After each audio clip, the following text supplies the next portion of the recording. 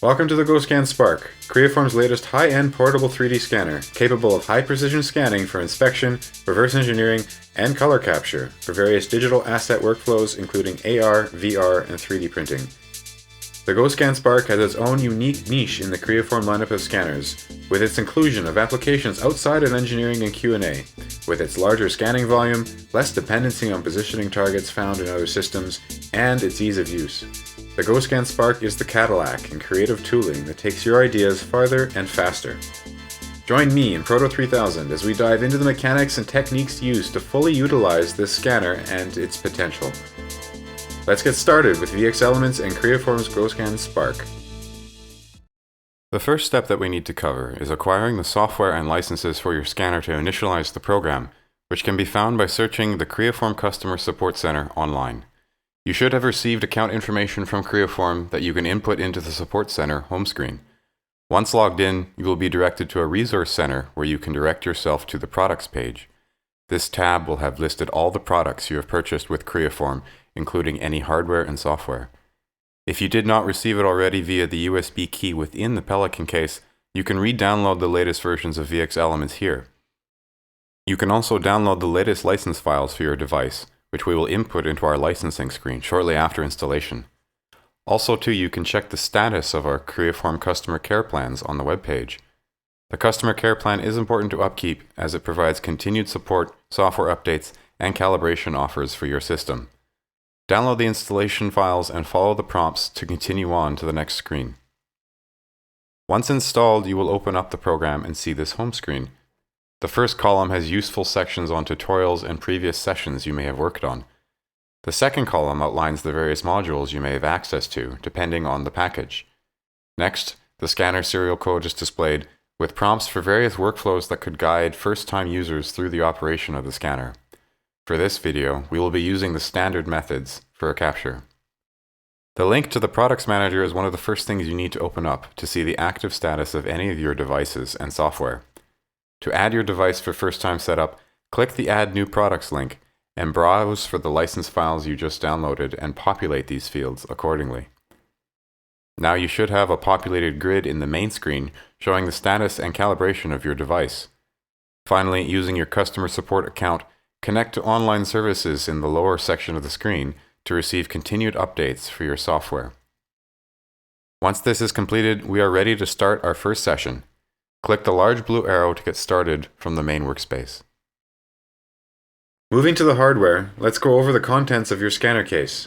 You will receive a scanner, connection cables, a USB key with hard copies of your software and licenses, boxes of positioning targets, and below all of that, the foam insert removes to reveal the calibration plate, the artifact that the scanner itself calibrates to maintain its accuracy in various environmental conditions. Making sure VXelements is closed, start by connecting the power cable to the multi-prong connection cable, clipping it into the end of the cable that has the USB connection next to it. Then connect the wires to the computer and finally into the scanner. The order of this connection is important because it negates any risk of shorting. The rule of thumb here is the scanner is last in and first out. In that regard, the scanner should be the first item disconnected from the cables when you need to pack up the system. This ensures that you follow best practices for your system as set forth by the manufacturer to prevent any supplemental issues moving forward for troubleshooting. The other recommendation from the manufacturer is to always lay the scanner on its side when not in use. Although the scanner can stand on its own, any slight or substantial knock to the scanner can easily result in damage to the calibration of the cameras. If this happens, you will most likely need to send your scanner away for calibration and recertification, a process which usually takes weeks. Don't penalize your department unduly with this risk. Think of this system as a very precise and expensive set of calipers, and treat the scanner as you would your favorite pair, always storing and placing it respectfully away from table edges, maintaining proper cable management, and environmental risks. The camera setup on the Spark is unique, with 5 main sensors which coordinate white light projection, geometry tracking, color capture, and acquisition. With this unique shape, take advantage of the wrist strap on the back when using the scanner. There are also multifunction buttons on the side of the scanner which allow you to operate many of the commands found within VXelements. This can be useful for larger parts if you are scanning and you find yourself on the shop floor for a project. Take some time to learn these functions as they do come in handy when operating the software at a distance. Now that the system is connected, let's reopen VXelements into a fresh scan session and go over the user interface. VXelements is one of my favorite programs for the simple reason that the user interface is honest and laid out with no hidden menus or added complexity, making it an intuitive experience once you start using it. The toolbar at the top lays out in sequence all of the commands you will use to operate the scanner. These are more or less in order, so consult the order of buttons when you feel lost about next steps. Below this is the navigation window, which operates like a typical feature tree in most CAD packages that you may be familiar with. All scans, target frames, entities, and cutting planes you make in this session will populate this area, allowing you advanced control over their selection and visibility. The mesh settings window below that is where your resolution and digital parameters live for the data you acquire. Behaviors such as target removal, smoothing of the mesh, hole filling, island removal, and scan decimation size can be adjusted here both before or after your scan acquisition. These are lengthy commands to compute and are usually sanctioned to the end of your process so as not to burden your time up front with their processing. You'll see how this works as we continue on in the video. On the right, we have a hardware window, which outlines all parameters and settings for your connected scanner. Although this screen shows that I do not currently have a connected scanner, yours should have a green bar at the top showing a connected status. Settings for your shutter, calibration, configuration, and tracking methods live here, and we will be referencing this window often while we scan. And with that, there's no other real hidden menus or commands you need to access to operate your scanner. Everything is laid out for you neatly in this regard and should make your sessions quick and intuitive to use. Now that we have connected the scanner, the first thing we need to do is calibrate the scanner using the calibration plate. Pull out your plate and place it in front of you. Once this is done, click the first icon below your green status bar for the calibration screen. Once ready, hit the scan button on your scanner to start the sequence. Hold your scanner above the plate, first scanning the barcode in the middle and then traveling to the center of the sticker pad. Follow the prompts to navigate the scanner and its orientation through the sequence, which can be difficult to complete starting out, but once familiar, should take you under 10 seconds to complete. With the cost of time being so short, the calibration is recommended before each session of scanning. Otherwise, if the system remains set up and in a constant environment, you can calibrate at least once a week. This sequence needs to take place each time you set up the scanner in a new setting, however, as the calibration accounts for changes in temperature, lighting, and moisture of the environment, all of which affect accuracy in your scans. The motion you need to travel is first perpendicular to the surface from bottom to top, and then a rocking motion left to right, and rocked top to bottom. Ensure that your scanner is always pointing to the center of the plate while you scan, avoiding motions which pan along a straight line. Think of the scanner traveling across a sphere, always pointing to the center as it travels. After calibration is complete, we need to determine which tracking method and shutter to use with the scanner as well. There are 3 main modes for tracking, each compounding on the last to create tracking assets. Typically, targets are only for high-resolution scans, which would be lower than 0.5mm mesh density. Targets and geometry is most often used, as no targets at all offers a rather poor tracking experience. It is recommended to have a few stickers on your scanning area, but these can be fairly far spaced compared to other models in the Creaform lineup. Targets, geometry, and texture is a good choice for larger, less resolute scans. Finally, the automatic shutter and automatic scanning area should be enabled, and greatly streamline the process of capture as laser intensity and area will modify dynamically based on what is in front of the scanner. We are almost ready to scan, but we need to set up the scanning area for our part, and this is where the positioning stickers in your Pelican case come out. Take one of these boxes and pull out the tape through the bottom slit and remove the stickers which slot out the top of the box, and begin placing them around on your part. The stickers should be placed as randomly and as evenly as possible, as these stickers create triangulation grids for the scanner to orient itself while scanning. These stickers are not reusable, especially if you think you can pull them off to reapply again for other scans, as damaged or bent targets jeopardize your accuracy. However, you can reuse the same scanning area as many times as you want if the stickers remain.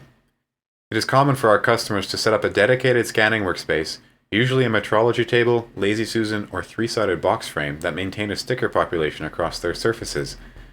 Try to find a good setup that you can reuse frequently to save your stickers for larger parts and unique settings for scanning. A minimum of 4 positioning targets are needed to be visible at all times from the scanner during scanning, which also accounts for the scanner's 16-inch standoff from the surface being acquired. If you're having trouble with certain areas of your scan, consider creating jigs for obtuse angles or hidden surfaces. Because this is a line-of-sight based system, you as the operator need to plan out your scanning path around the part, ensuring there are enough targets visible from all needed angles as you travel around the part. The last thing we need to set before we start scanning is the resolution and mesh setting of the session. Head over to the mesh settings window on the right. Here we can set the resolution of our scan, enable capture texture, choose post-processing tools such as remove islands, fill holes, decimate mesh, and edit the contrast and brightness of our captured texture. These all take time to compute after the scan, so it's best to leave those until after the scan is complete and we can see that we need them. For this session I have set the resolution to 0.6mm, which is a good working resolution to start. Although the scanner can go down to 0.2mm for scanning, the game you want to play as the operator is how little information can I capture to get the job done. Just because you can doesn't mean you should in this case. Lower resolutions do not affect the accuracy, and are rather an indication of distance between triangular nodes in the acquired mesh. Each node maintains their accuracy to the surface captured, although lower resolutions blend out corners as a result of having fewer nodes to capture them. Consult your tolerance requirements for your manufacturing method to ascertain the best resolution for your scans. Always remember less is more, especially when dealing with CAD operators in later stages of the project. They will thank you for it. And with that, we are ready to scan. Let's hit the scan button at the top of the screen to get started. You can also do a long click of the scanner button on the scanner to start your scanning session. Start your 3D scanning session by short-clicking the scanner button to engage the laser cameras. Immediately you will see surfaces start to appear in the viewer. Start to travel around your part to capture all surfaces with line of sight in mind. To ensure you are the proper distance away from the part, look at the scanning lines on the screen. They will change color depending on the correct focal length. Green laser lines indicate appropriate focal length, blue being too far and red being too close. Depending on which surface you are after, these will help you in engaging the right part of your geometry with the device. It is also important to note that if the scanner is not at the correct distance, you are still capturing data, and also not impeding your accuracy. You're simply not capturing as much data as you could be. Traveling over the same surface more than once also does not double up your data, rather the software will not capture in these areas twice. You can change the zoom setting on your screen by clicking on the up and down arrows on your scanner button pad. The viewer will also not change its orientation if you invert the scanner, so feel free to reach and twist the scanner's view to suit the geometry being captured. Once you feel you have captured your part, you can pause the scan and fly around it in the viewer to ensure there are no areas left out. If you need to, you can go back and continue scanning. Once complete, hit a long click on the scanner to stop the session, or hit the Stop Scan button in the top left corner. The first thing you can do is create a clipping plane that will not only remove the floor from the scan, but will continue to shield that area from the scan in the future. Once set up, a clipping plane will omit the scanning surface from the scan, creating less geometry to process after the scan is complete, isolating the part from other surfaces.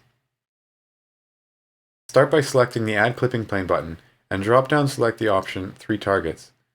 This will allow you to select targets on the table to fix your cutting plane. Once made, the geometry on the blue arrow side will remain and everything below the plane on the other side will be removed. We have now successfully removed the floor of our scan, but there's still a lot of noise around our part. Let's talk about the selection island tools and how they become invaluable during this stage. The yellow island of tools in your viewer's top left corner are useful to help you select portions of your mesh to either keep or remove. There are useful filters such as similar curvature selection, similar normal, sudden changes in surface, as well as traditional brush and marquee tools. Start by using the Connected Surface Selection tool. Holding down Control, we can first select our part, and then go back to the toolbar's Inverse command to invert the selection on our mesh so that everything not connected to our part is now selected. Click the Delete key to remove this inverse selection. If there are other entities to remove, we can also use the Marquee tool to control drag across the remaining geometry and press Delete, finally isolating our part from the background. Next, we need to align our part to the origin of our workspace. This ensures that the scan is upright and forward-facing when you travel into other softwares, which is rather important for various applications, such as reverse engineering. Select the Basic Alignment drop-down, Align to Origin, and use the pop-up handles to push and pull your scan into place. You can rotate and translate your part into a meaningful orientation. If we use the Align to Origin tool as is, we will be given a series of handles that will let us transform and rotate the model into positions we want. Although for some applications this is accurate enough to get your scan in the right position, for reverse engineering or CAD-based workflows, you want to have this alignment to be snapped to the origin with a high level of accuracy. If the initial alignment tool does not work, let's explore a more in-depth way of making alignments, by first creating basic entities on the mesh. Basic entities are step and IGES basic shapes that will snap themselves to your mesh with high tolerance accuracy. From there, these planes, center points, and axes, from say a series of cylinders and planes, can be called upon when we go to align your scan. Let's introduce this idea by creating a series of planes on the PCB protrusion in the drone frame, making note to represent each major world axis with a directional plane, normal to the direction, so our alignment process is quick and easy. Now under the alignment section, we can use the plane line point system. This asks us to call out one major plane, one axis or normal line, and one point. Based on our planes, we can call out plane 1 for the z positive direction, the normal line of plane 2 for the x positive direction, and in the midpoint of either plane 1 or 3 for the origin center. Hit OK once you are happy with the results. Now that this is complete, let's now look at some of the post-processing tools in the mesh window. Now that we have isolated the part from the rest of the scan, we aren't running long processing times for the table or the area around it. We can select the lower left display tab to turn on our wireframe view to see our initial mesh quality in the viewer. Returning to our post-processing, let's now enable auto-fill holes, auto-decimate, and remove isolated patches. When we now hit Finalize the scan, these tools will remake our mesh to have small holes removed, and will remove any further noise or isolated triangles we may have missed, and also reduce the triangle count on the surface of the part to something that is much smaller in file size. After letting this run, check the results. If you're happy, you can now go to the File, Export Mesh to save out the completed file. Some other concepts to cover. Texture resolution can be set up to 200 dpi and will greatly increase the runtime of the computing process, but offers crisp results at the end. The highest resolution is always captured by the camera, which means you can change the resolution up or down after scanning to your liking without having to redo a scan. The texture itself can be brightened or changed via contrast in the texture parameters section of your mesh settings. These can offset or account for different lighting conditions or dark shadows. It is best, however, to always try and set up a neutral and well-lit scan area so that no shadows affect the mesh color. The projection mode can be an important feature to consider if you're traveling into other software such as Maya, Alias, ZBrush, or other gaming asset suites. Having projection mode set to none will create a texture map that is a tessellated triangle map, and although faster, makes it impossible image to edit in Photoshop or use in other suites should you want to go in and modify colors or sharpen textures. The automatic projection mode, again, would take longer, however, creates a texture map that can be digitally modified and easily read by the eye for easy editing and other softwares. Depending on your needs, consider opting for automatic to give your maps more editing options. Another amazing feature in VXelements is the ability to merge scans. This is great for large multi-session parts or complex parts which require both a top and a bottom scan to merge into one dataset. Let's start off by quickly scanning our part another time and then using our selection tools to clean up the noise before we go to merge the two parts together. You can align by using the target reference frame if the part and the scan have not changed setup between the scans. However, if you have a top and bottom, the second option is the one you will probably use most often. This screen, when set to surface best fit with the manual method selected, will show both of our meshes on screen together. Start by aligning the views so that your views are the same area of your part, and then pick points, one for one between each screen, picking common points on the meshes so that you begin to align the two datasets together. A minimum of 3 points are needed to create an alignment close enough that when you hit the best fit, the remaining 10% of the process can be figured out by the program. This method uses your input to do 90% of the alignment before it computes, making the process much quicker. Let's review the model to make sure that it looks good, and when we are happy, let's hit Merge Scans. This method is more useful when scanning the top and bottom of a part over 2 scans, and then merging them together. When using this method, make sure that there is enough common surfaces to select between 2 halves so that you can align them using the manual mode. We have more or less covered everything you need to know about successfully operating the scanner, but did you know that there is a guided workflow option available from the Start menu as well as the toolbar? If you need help with refreshing yourself, you can use this tool, which will do a lot of hand-holding and baby step prompts to ensure you feel confident scanning your part for the first time. Try these out and keep them in your back pocket for training tools for others on your staff in the future who may be new to using the scanner.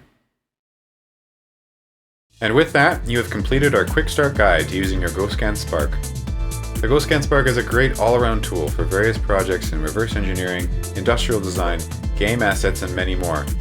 To see it live or on processes or parts you use every day, contact us at Proto3000 and see how the Spark can enhance your digital workflows.